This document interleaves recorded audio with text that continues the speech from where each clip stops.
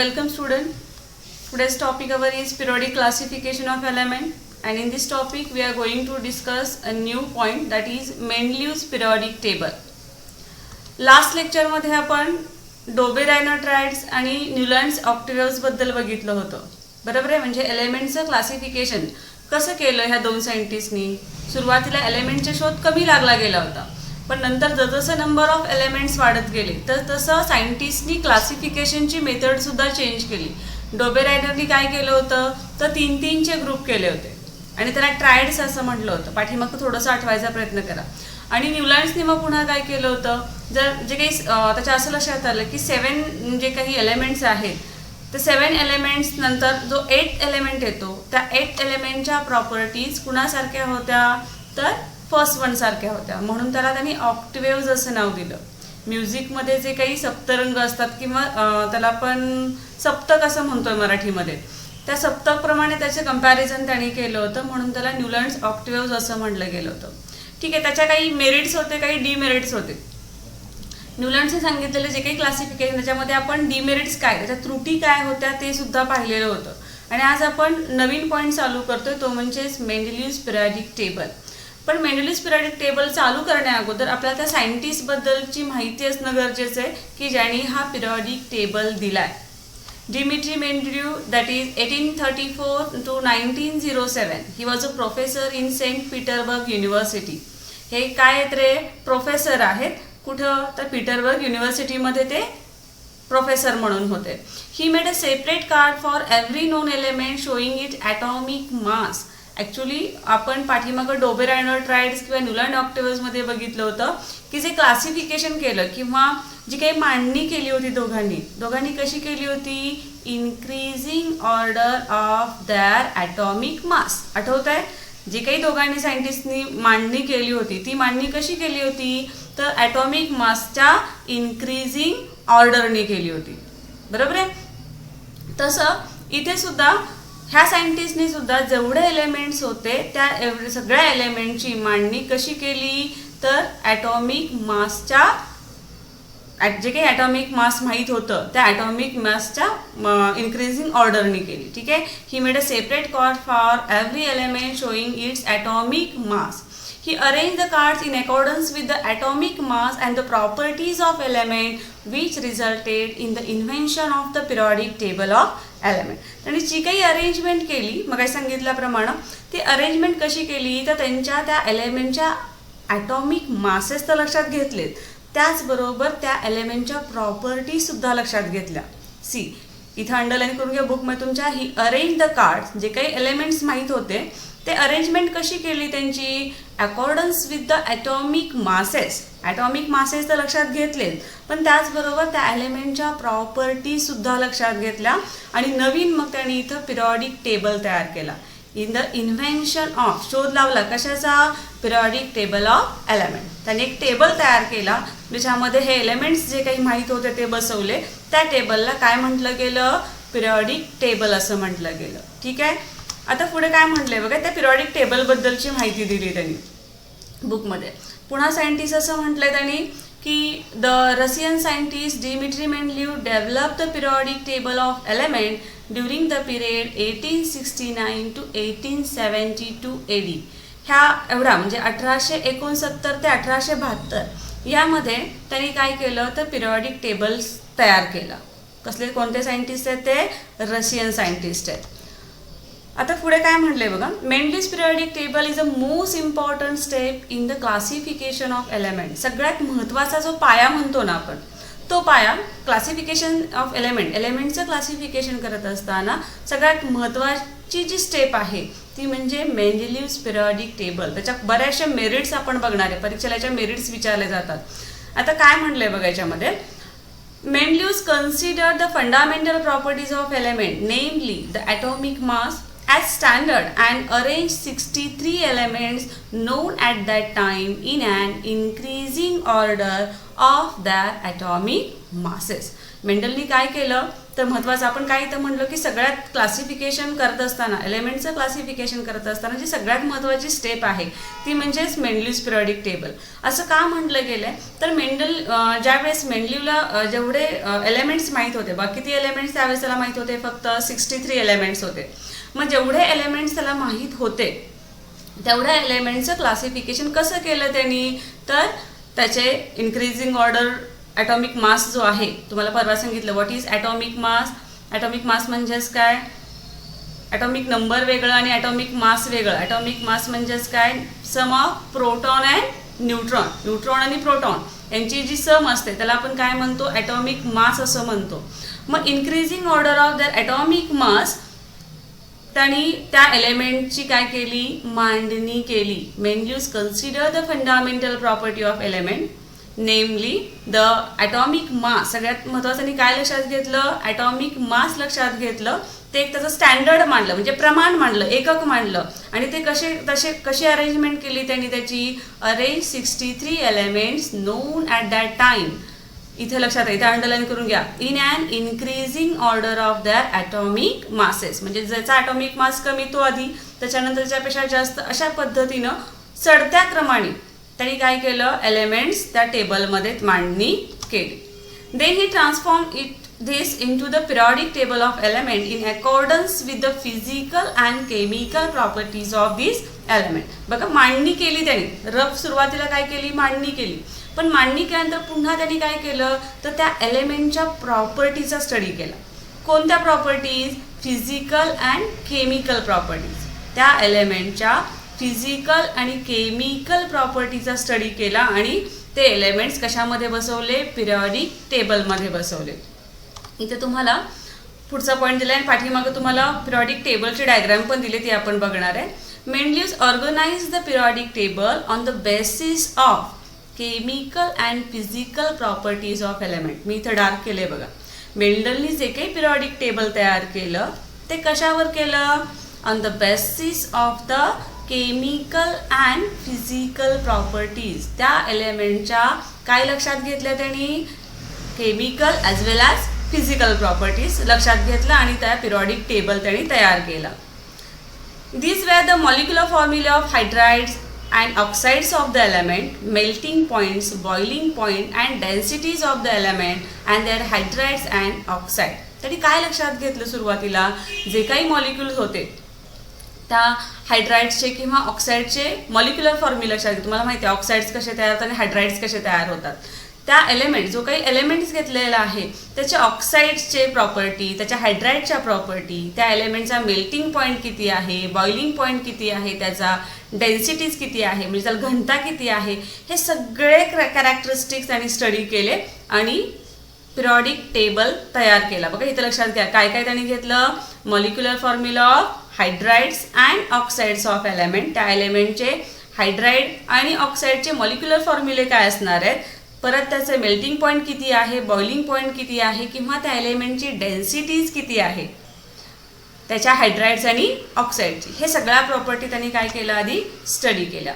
Mendeleev's found that the element with the similar and physical properties repeat after a definite interval.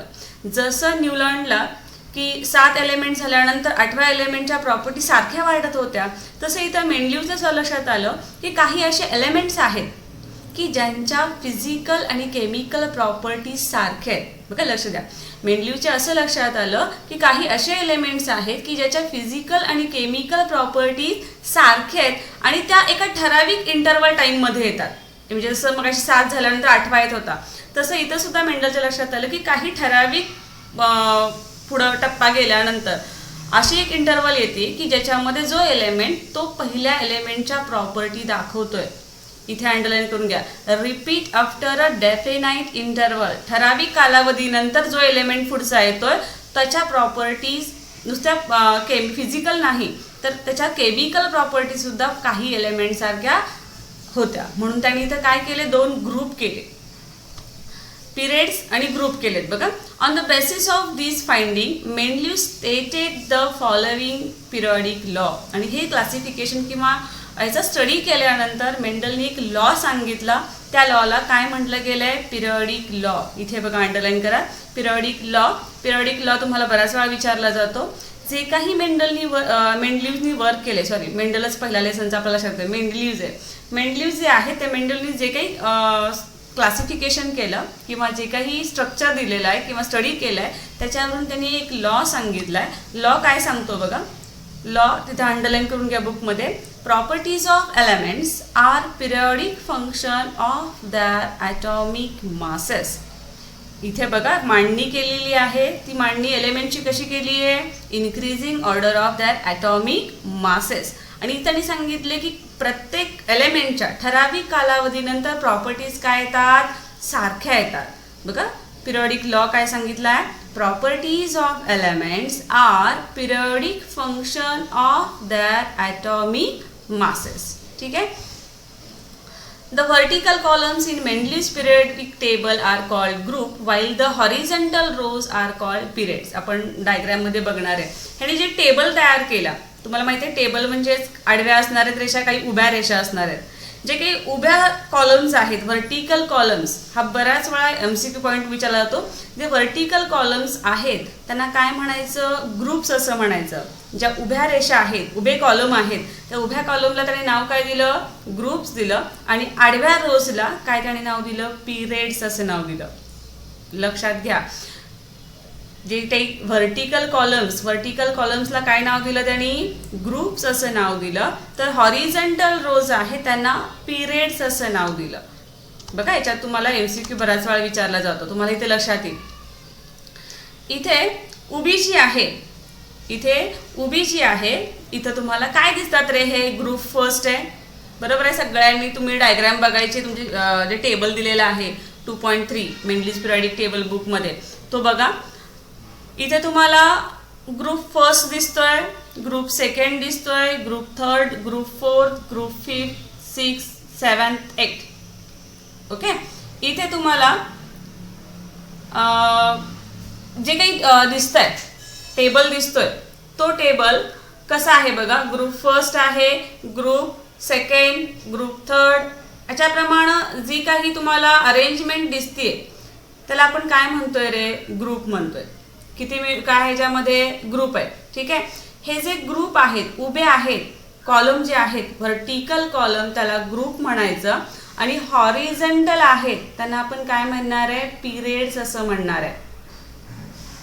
जे काही उभे आहेत त्यांना काय म्हणतोय आपण?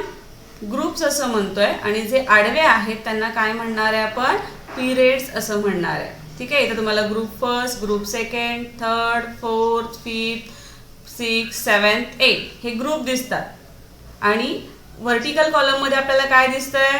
तर जे काही व्हर्टिकल आहेत त्यांना आपण काय म्हणणार आहे? पिरियड्स असं म्हणणार आहे. ठीक आहे. इथं तुम्हाला दिसतंय हा टेबल तुमच्या पुस्तकामध्ये आपण जसं एक्सप्लेनेशन बघणार आहे त्यावेळेस तुम्हाला हे बुकमध्ये बघावं लागणार आहे. पहिला हायड्रोजन आहे, पुन्हा इथं 2 नंबरला पहिला जो काही तुमचा हॉरिझॉन्टल रो आहे ज्याला आपण पिरियड्स म्हटले, त्या पिरियडमध्ये एकच एलिमेंट आहे, हायड्रोजनच आहे. दुसऱ्या पिरियडमध्ये काय आहे? लिथियम आहे. आणि शेवट इकडं आपल्या इकडं बघा लिथियम आहे. त्याच्यानंतर तिसऱ्यामध्ये सोडियम आहे, चौथ्यामध्ये पोटॅशियम आहे. अशा पद्धतीनं हे जे आहे हा ग्रुप आहे. असा उभा जर विचार केला तर ह्याला ग्रुप म्हणणार आहे. आणि आडवा जर विचार केला तर त्याला काय म्हटलं गेलं आहे? पिरियड्स म्हटलं जात आहे. ओके. आता याच्यामध्ये नेक्स्ट पॉईंट बघूया आपण. मेरिट्स काय आहेत? मेंडल्स पिरियॉडिक टेबलचे मेरिट्स काय? पहिलं मेरिट काय बघा. atomic masses of some elements were revised as to give them proper place in the periodic table in accordance with their properties. मेंडलचं मेंडलीवचं पहिलं जे काही मेरिट आहे ते मेरिट काय आहे बघा, की जेवढे एलिमेंट्स त्याला माहीत होते किंवा त्या एलिमेंटचे ॲटॉमिक मासेस होते त्यांनी त्याला प्रॉपर प्लेस दिली, योग्य अशी जागा दिली. अकॉर्डन्स विथ दॅर प्रॉपर्टीचा स्टडी करून मेंडलीवनी काय केलं? हे जे एलिमेंट्स आहेत त्या एलिमेंट्सला प्रॉपर प्लेस त्या पिरियॉडिक टेबलमध्ये दिली. हे त्याचं पहिलं मेरिट आहे. एक्झाम्पल बघा. For example the previously determined atomic mass of beryllium 14.9 was changed to the correct value 9.4 and beryllium was placed before boron. काय झालं बघा, अगोदर म्हणजे मेंडलीवच्या अगोदर जे काही क्लासिफिकेशन केलं होतं त्याच्यामध्ये बेरिलियमचं ॲटॉमिक मास किती सांगितलं होतं, 14.9 सांगितलं होतं. पण त्यांनी करेक्ट व्हॅल्यू काढली. मेंडलीव्सनी त्या बेरिलियमच्या ॲटॉमिक मासची करेक्ट व्हॅल्यू काढली. ती कोणती घेतली, 9.4. आणि 9.4 बघा इथं बघा, पहिला काय होता 14.9 होता. आता ॲटॉमिक मास किती झालं बेरिलियमचं, 9.4. साहजिकच ही जागा काय होणार आहे, चेंज होणार आहे. आणि बेरिलियम जो आहे तो कुणाच्या अगोदर ठेवला गेला, बोरॉनच्या अगोदर ठेवला गेला. म्हणून त्याने असं म्हणलं की जे काही एलिमेंट्स आहेत की जे रिवाईज केले, त्यांच्यामध्ये चेंजेस केले, त्याने जे काही व्हॅल्यू चुकलेल्या होत्या त्या व्हॅल्यू करेक्ट केल्या आणि त्यांना योग्य अशी पिरियॉडिक टेबलमध्ये जागा दिली गेली. ठीक आहे, पहिलं पुन्हा वाचते बघा. Atomic masses of some elements वर revise as to give them proper place in the periodic table in accordance with their property. प्रॉपर्टीचा स्टडी करून त्यांना योग्य अशी, जे काही चुकलेले एलिमेंट्स होते त्यांना योग्य अशी प्लेस त्या पिरियॉडिक टेबलमध्ये त्यांनी दिली. ठीक आहे, आता सेकंड काय म्हटलं बघा, सगळ्यात सेकंड महत्त्वाचं आहे, थोडासा मोठा आहे पण तुमच्या लक्षात येईल की मेंडलीव्सनी जे काही नोन एलिमेंट होते त्यांना तर जागा दिलीच, पण ज्यांचा अजून शोध लागायचा होता, ज्या एलिमेंटचा अजूनही शोध लागला गेला नव्हता त्यांना सुद्धा त्यांनी काय केली, व्हॅकंट प्लेस ठेवली, म्हणजे रिकामी जागा ठेवली. इतके हुशार आहेत बघा ते किंवा होते. Mendeleev's kept vacant places. Vacant म्हणजेच काय, एम्प्टी, रिकामी जागा. Mendeleev's kept vacant places in the periodic table for the element not discovered till then. ज्या एलिमेंटचा त्यावेळेस शोध लागला गेला नव्हता त्या एलिमेंटसाठी सुद्धा त्यांनी काय केलं, पिरियॉडिक टेबलमध्ये रिकाम्या जागा ठेवल्या. 3 of these unknown elements were given the name. एवढंच नाही तर काही 3 एलिमेंट्स होते ज्याचा शोध लागला गेला नव्हता, त्याची आधी नावं पण देऊन टाकली त्यांनी. ज्या 3 एलिमेंट्सचा शोध लागला नव्हता त्या एलिमेंट्सला त्यांनी नावं सुद्धा दिली. कोणकोणती नावं होती, इका बोरॉन, इका अल्युमिनियम, इका silicon from the known neighbors and their atomic masses were indicated as 44, 68 and 72 respectively.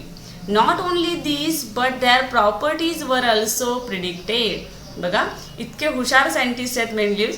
त्यांनी काय केलं की जेवढे एलिमेंट्स माहीत होते त्यांना व्यवस्थित जागा दिली. पिरियॉडिक टेबलमध्ये आपण बघितलं काही चुका होत्या त्या दुरुस्त केल्या, त्यांनाही जागा करून दिली. पण काही एलिमेंट्स असे होते की ज्याचा शोध लागलाच नव्हता पण त्याचे सुद्धा प्रिडिक्शन, ज्याला आपण भाकीत म्हणतो, त्याचं प्रिडिक्शन त्याच्या नावानुसार त्याचे नाव पण दिलं त्यांनी, त्याचा ॲटॉमिक मास किती असेल ते सांगितलं. एवढंच नाही तर त्याच्या प्रॉपर्टीज काय असतील हे सुद्धा त्यांनी आधी भाकीत करून ठेवलं होतं. बघा 3 एलिमेंट्स त्यांनी अगोदर म्हणजे डिस्कवरी होण्याच्या अगोदर नावं काय दिली होती. पहिला होता इका बोरॉन, दुसरा होता इका ॲल्युमिनियम आणि तिसरा होता इका सिलिकॉन. हे कशावर नावं दिली तर त्या शेजारपाजार जे काही एलिमेंट्स आहेत त्याच्यावरून त्यांनी त्याचा गेस केला होता की हे 3 एलिमेंट्स असे असतील की ज्यांचे ॲटॉमिक मास किती असेल. समजा इका बोरॉनचा 44 असेल, इका ॲल्युमिनियमचा 68 असेल आणि इका सिलिकॉनचा 72 असेल, असं त्यांनी भाकीत करून ठेवलं होतं का प्रेडिक्ट करून ठेवलं होतं. एवढंच नाही तर त्याच्या प्रॉपर्टीसुद्धा त्यांनी काय असतील हे सांगून ठेवलं होतं. आणि नंतर ज्यावेळेस शोध लागले गेले, ह्या 3 एलिमेंटचे शोध लावले गेले त्यावेळेस त्यांना नाव काय दिलं बघा, स्कँडियम, गॅलियम अँड जर्मॅनियम. ज्यांना इका बोरॉन, इका ॲल्युमिनियम, इका सिलिकॉन जी नावं त्यांनी दिली होती त्याच एलिमेंटचा शोध लागला गेल्यानंतर त्यांना नावं काय दिली गेली, स्कँडियम, गॅलियम अँड जर्मॅनियम. ठीक आहे, तुम्हाला कधी कधी मॅच द पेअर्समध्ये दिलं जातं. इका बोरॉनचं नाव काय असणार आहे, स्कँडियम असणार आहे, इका ॲल्युमिनियमचं गॅलियम असणार आहे आणि इका सिलिकॉनला आपण जर्मेनियम असं म्हणतोय. The properties of these elements matched well those predicted by Mendeleev's. एवढंच नाही, ज्या काही एलिमेंटच्या प्रॉपर्टीज आणि सांगितल्या होत्या मेंडलीव्हनी त्या बरोबर मॅच झाल्या. आता काय दिले बघा टेबलमध्ये तुमच्या लक्षात येईल की किती ॲक्युरेट त्यांनी प्रिडिक्ट केलं होतं. इकडे तुम्हाला मेंडलीव्स प्रिडिक्शन सांगितले आणि इथे ॲक्च्युअल सांगितले. एक एक्झाम्पल इका ॲल्युमिनियम आणि गॅलियमचं दिले. जे इका ॲल्युमिनियम मेंडलीवने सांगितलं होतं त्याला नंतर नाव आपण काय दिले सायंटिस्टनी गॅलियम असं नाव दिले. बघा प्रिडिक्शन किती सिमिलर आहे. ॲटॉमिक मास त्यांनी किती सांगितलं होतं 68 असेल, किती निघालं 69.7 म्हणजे किती जवळ आलेलं आहे. 68 त्यांनी सांगितलं की एवढं त्याचं ॲटॉमिक मास असेल, किती निघालं 69.7 निघालं. त्यांनी सांगितलं की डेन्सिटी किती असेल 5.9 ग्रॅम पर सेंटीमीटर क्यूब एवढी असेल, किती निघाली 5.94 निघाली. किती ॲक्च्युअल बरोबर निघालं आहे बघा. त्यांनी सांगितलं की इका ॲल्युमिनियमचा मेल्टिंग पॉईंट लो असणार आहे, किती निघाला 30.2. नंतर त्याने सांगितलं की ह्या ॲल्युमिनियमचे क्लोराईड जे असणार आहे त्याचं फॉर्म्युला काय असेल ECl3. ई का वापरलं तर त्यांनी नाव काय त्यांनी दिलं होतं इका ॲल्युमिनियम दिलं होतं, त्यामुळे त्यांनी काय लिहिलं होतं ECl3. शोध लागल्यानंतर नाव काय दिलं रे त्याला गॅलियम असं दिलंय, म्हणजेच नाव काय आलं GaCl3. नंतर त्यांनी सांगितलं होतं की त्याचे जे ऑक्साईड्स आहेत त्या ऑक्साईडचा फॉर्म्युला काय असेल E2O3, काय निघाला Ga2O3. सिमिलॅरिटी आहे, फक्त ईच्या ऐवजी इथं आपण Ga वापरतोय. पुन्हा त्यांनी सांगितलं की त्याच्या ॲल्युमिनियमचे जे ऑक्साईड्स असणार आहेत त्या एलिमेंटचे जे ऑक्साईड्स असणार आहेत त्यांचं नेचर कसं असणार आहे तर ॲम्फोटेरिक असणार आहे. ॲम्फोटेरिक म्हणजे त्यांची रिॲक्शन कुणाबरोबर होते ॲसिडबरोबर होते आणि बेससबरोबर होते, त्याला ॲम्फोटेरिक असं म्हटलं जातं. आणि तेच पुन्हा शोध लागला गेला की त्याचे ऑक्साईड्स कसे असणार आहेत ॲम्फोटेरिक असणार आहेत. बघा इन्व्हेन्शन होण्याच्या अगोदर डिस्कवर होण्याच्या अगोदर ह्या एलिमेंट्सबद्दल त्यांनी जे काही प्रिडिक्शन करून ठेवलं होतं आणि विशेष म्हणजे पिरियॉडिक टेबलमध्ये त्याला जागा ठेवली होती, त्यांनी एम्प्टी स्पेस ठेवला होता की हे एलिमेंट शोध लागल्यानंतर तिथं ते ठेवता येतील. अशा पद्धतीनं ह्या मेंडलीव्सनी पिरियॉडिक टेबल तयार केला होता, म्हणून आपण त्याला तर एकदम महत्त्वाची इम्पॉर्टंट स्टेप असं म्हणतोय. तुम्ही हे चार्ट बघू शकता की त्यांनी जे काही प्रॉपर्टी सांगितल्या होत्या atomic mass, density, melting point, formula of chloride, formula of oxide, nature of oxide, ह्या सगळ्या प्रॉपर्टी इन्व्हेन्शन नंतर किंवा डिस्कवरी झाल्यानंतर कशा होत्या सिमिलर होत्या. येते लक्षात? ठीक. आता हे आपण तिसरा एक ह्याचा मेरिट बघतोय. हा झाला दुसरा मेरिट. तिसरा मेरिट काय आहे बघा. There was no place reserve for noble gases in Mendeleev's original periodic table. Mendeleev periodic table जे होतं त्या मेंडली पिरियॉडिक टेबलमध्ये नोबल गॅसेस ज्याला आपण इनर्ट गॅसेस म्हणतो त्याला जागा ठेवली नव्हती, कारण त्यावेळेस शोधही लागला गेला नव्हता. पण ज्यावेळेस शोध लागला गेला बघा, however when noble gases such as helium, neon, argon were discovered toward the ends of 19th century, Mendeleev created the zero group without disturbing the original periodic table in which the noble gases were fitted very well. हे सगळ्यात महत्त्वाचं बघा.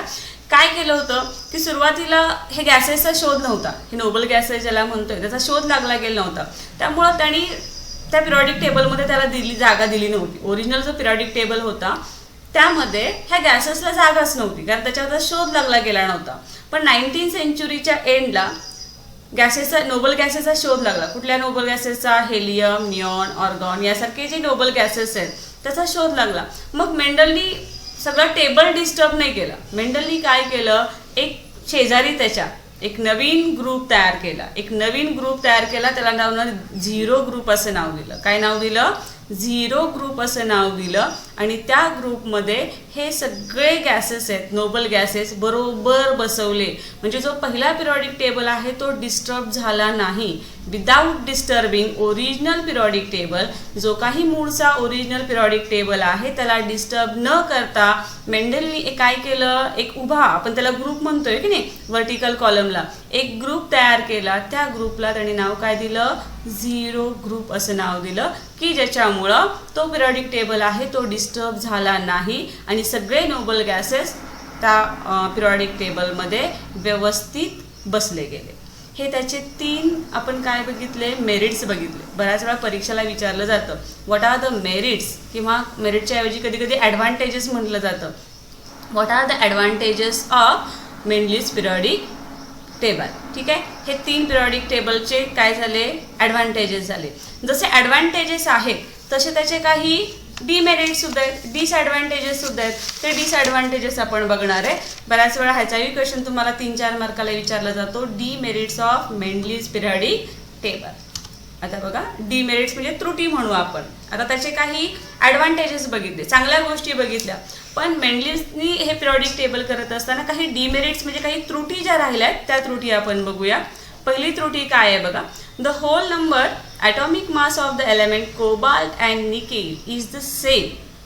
Therefore, there was an ambiguity regarding their sequence in Mendeleev's periodic table. त्यांनी काय सांगितलंय बघा की जे कोबाल्ट आणि निकेल आहे, कोबाल्ट आणि निकेल आहेत त्याचा जो ॲटॉमिक नंबर आहे, ॲटॉमिक मास नंबर आहे तो जनरली कसा आहे, सेम आहे.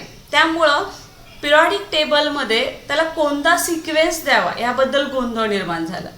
There was an ambiguity regarding their sequence in Mendeleev's periodic table. Second काय बघा. Isotopes were discovered long time after Mendeleev put forth the periodic table. मेंडलीव्हने जे पिरियॉडिक टेबल तयार केलं त्याच्यानंतर बऱ्याच दिवसांनी किंवा बऱ्याच वेळानंतर कुणाचा शोध लागला गेला, आयसोटोपचा शोध लागला गेला. आणि तुम्हाला माहिती आहे आयसोटोप्स म्हणजेच काय की ज्याच्या केमिकल प्रॉपर्टी सेम असतात पण ॲटॉमिक नंबर काय असतो त्याचा डिफरंट असतो. ॲटॉमिक नंबर काय असतो त्याचा केमिकल प्रॉपर्टीज कशा असतात, सेम असतात पण ॲटॉमिक मास जे आहे त्याचं ते कसं असतं, डिफरंट असतं.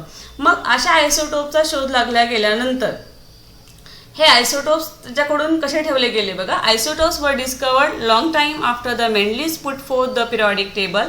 As isotopes have the same chemical properties but different atomic masses, a challenge was pose in placing them in Mendeleev periodic table. आता हे आयसोटोप्सला जागा देणं हे थोडंसं हेक्टिक का होतं, तर इथं मांडणी करताना मेंडलीव्हनी कशी केली होती रे, increasing order of their atomic masses आणि त्यांच्या प्रॉपर्टीजवरून केली होती. पण इथं आयसोटोपच्या कॅरेक्टरिस्टिक्स काय आहेत, आयसोटोपच्या केमिकल प्रॉपर्टी सारख्या असतात पण त्यांचे ॲटॉमिक मासेस वेगळे असतात. मग ॲटॉमिक मासेस वेगळे असतील तर एकाच मध्ये ठेवून चालेल का, नाही. पण एकाच ह्याच्यामध्ये ठेवलं तरी चालतंय. काय ठेवलं तर चालतंय, तर त्याच्या प्रॉपर्टीज कशा आहेत, केमिकल सारखे आहेत. त्यामुळे इथं कन्फ्युजन झालं की आयसोटोप्सला नक्की जागा कुठं द्यायची, म्हणजे एकाच बॉक्समध्ये द्यायची का वेगळ्या बॉक्समध्ये द्यायची. ठीक आहे. तिसरा काय बघा. When elements are arrange in an increasing order of atomic masses the rise in atomic mass does not appear to be uniform.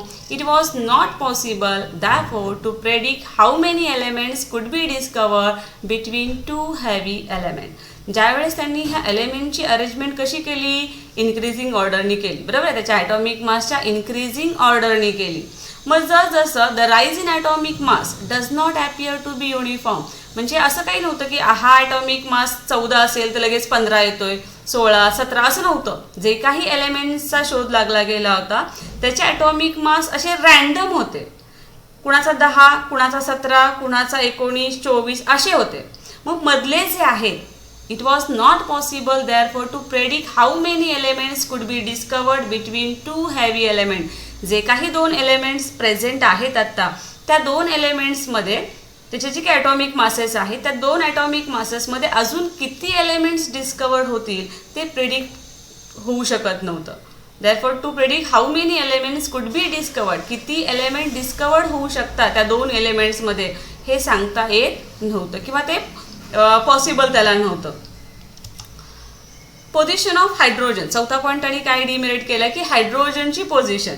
आता हायड्रोजनच्या ज्या प्रॉपर्टी आहेत ॲक्च्युली त्या कुणासारख्या आहेत, हॅलोजन ग्रुपसारख्या आहेत. हॅलोजन्समध्ये मी तुम्हाला माहिती आहे हॅलाइड्स ज्याला आपण म्हणतो.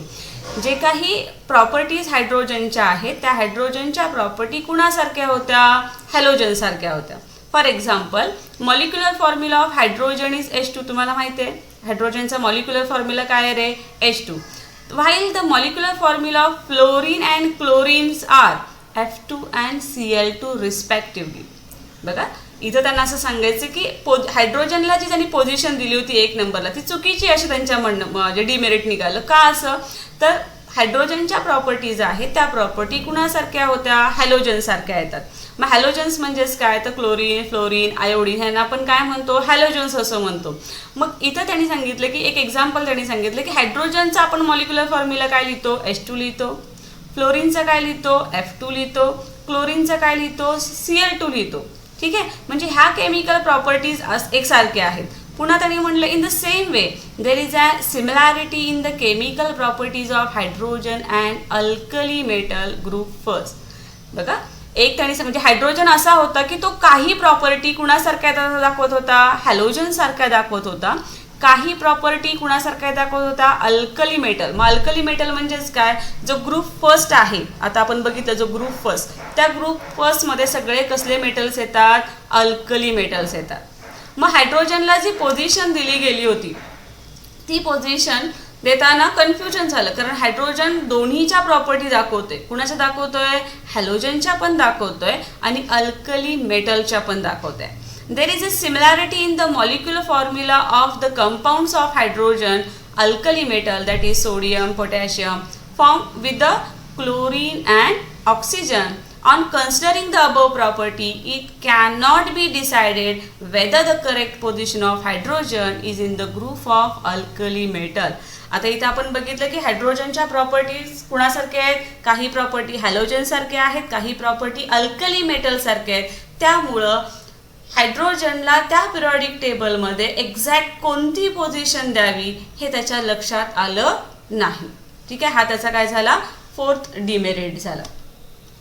याच्यामध्ये आपण काय काय बघितलं बघा, आजच्या लेक्चरमध्ये मेनलीव्ज पिरियॉडिक टेबल बघितलं, त्याचे मेरिट्स बघितले आणि त्याचे डिमेरिट्स बघितले. ठीक आहे, नेक्स्ट लेक्चरला आपण पुढचा पॉईंट बघणार आहे, तो म्हणजे मॉडर्न पिरियॉडिक टेबल बघणार आहे. जे काही मेंडलनी वर्कआउट केलं त्याच्यावर ते पुढं मॉडिफिकेशन मॉडर्न पिरियॉडिक टेबलमध्ये